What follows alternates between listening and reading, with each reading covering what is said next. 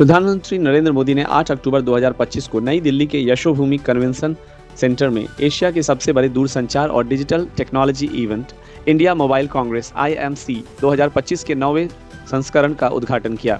इस साल का थीम था परिवर्तन के लिए नवाचार यानी इनोवेशन टू ट्रांसफॉर्म, जो भारत के डिजिटल ट्रांसफॉर्मेशन और सामाजिक प्रगति की दिशा को दर्शाता है। कार्यक्रम 8 से 11 अक्टूबर तक चल रहा है, जिसमें 150 से अधिक देशों के प्रतिभागी और 400 से ज्यादा ग्लोबल व भारतीय कंपनियां शामिल हो रही हैं।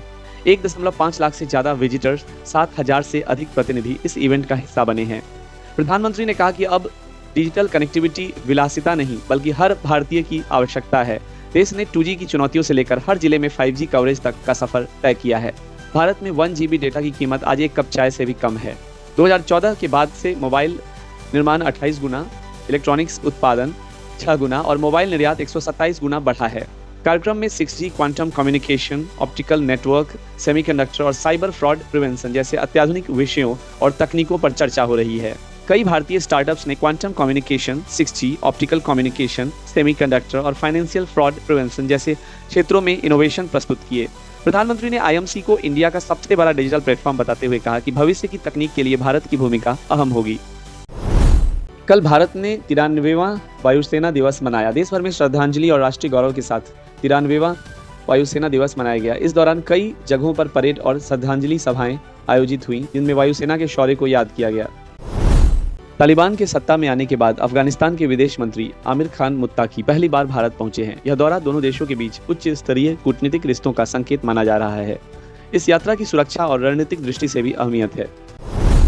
ब्रिटेन के प्रधानमंत्री कीर स्टारमर 8 अक्टूबर 2025 को 2 दिवसीय भारत दौरे पर मुंबई पहुंच चुके हैं। उनका स्वागत भव्य तरीके से किया गया। इस दौरे का उद्देश्य भारत ब्रिटेन के व्यापार, शिक्षा, रक्षा क्षेत्र में सहयोग को बढ़ाना है। उन्होंने 125 सदस्यों के बड़े प्रतिनिधिमंडल के साथ भारत का दौरा किया है। प्रधानमंत्री नरेंद्र मोदी और कीर स्टारमर की मुंबई में हुई बैठक में दोनों ने भारत ब्रिटेन के व्यापक आर्थिक और व्यापार समझौते CETA पर चर्चा की। इस समझौते से दोनों देशों के बीच व्यापार विस्तार होगा, आयात लागत कम होगी, नए रोजगार के अवसर बनेंगे और उद्योगों एवं उपभोक्ताओं को लाभ मिलेगा। दोनों नेताओं ने ग्लोबल फिनटेक फेस्ट 2025 और इंडिया UK CEO फोरम को संबोधित किया। उन्होंने भारत और ब्रिटेन के बीच भविष्य केंद्रित नई साझेदारी और द्विपक्षीय सहयोग को मजबूत करने पर सहमति जताई। आतंकवाद के खिलाफ भी दोनों देशों ने साझा मोर्चा बनाने और सीमा पार आतंकवाद को कड़ी निंदा करने का संकल्प लिया। कीर स्टारमर ने भारत में हिंदी में अभिवादन करते हुए कहा कि ब्रिटेन भारत की विकास यात्रा में साझेदार बनना चाहता है।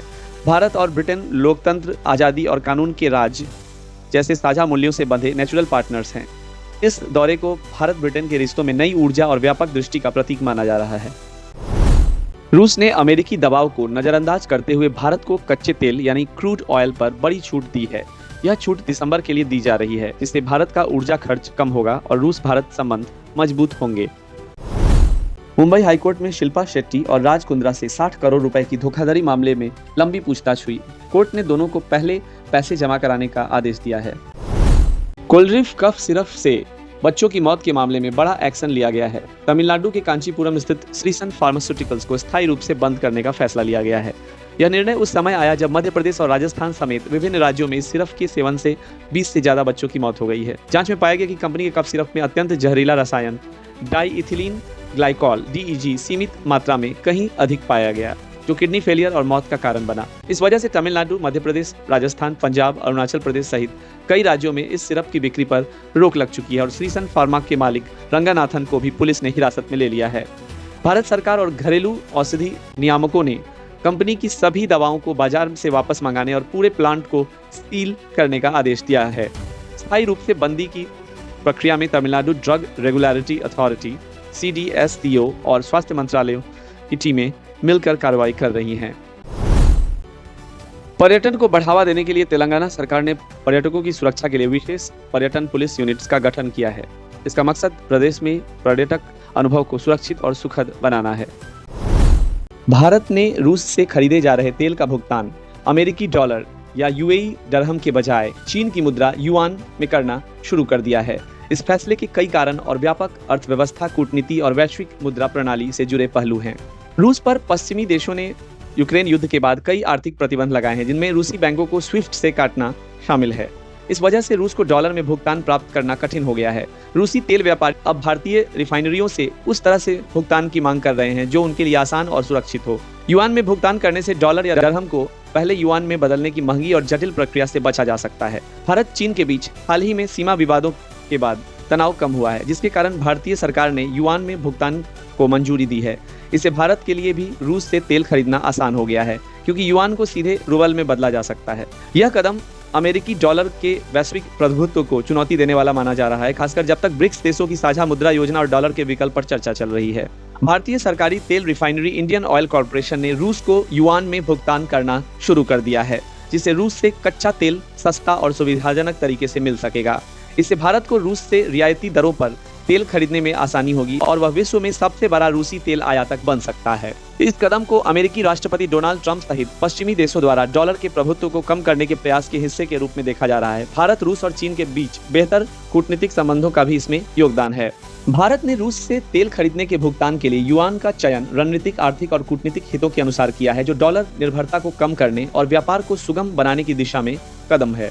भारत ने रूस से खरीदे गए तेल का भुगतान अब अमेरिकी डॉलर या यूएई दरहम के बजाय चीनी मुद्रा युआन में किया। युआन को सीधे रूबल में आसानी से बदला जा सकता है, जिससे लेन देन सरल, तेज और कम खर्चीला हो जाता है। भारत और चीन के बीच सीमा विवाद के बाद रिश्तों में नरमी आई है, जिससे भारत ने युआन में भुगतान का विकल्प अपनाया है।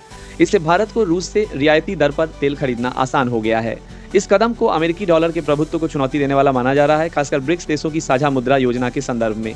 इंडियन ऑयल कॉर्पोरेशन ने युआन में कई शिपमेंट्स का भुगतान पहले भी किया है और यह कदम भारत, रूस और चीन के बीच बेहतर कूटनीतिक संबंधों का संकेत भी है। दुनिया के नंबर 1 टेनिस खिलाड़ी नोवाक जोकोविच चोट के बावजूद शंघाई ओपन के क्वार्टर फाइनल में पहुंच गए हैं। उनकी फिटनेस पर टेनिस जगत की नजरें टिकी हुई हैं।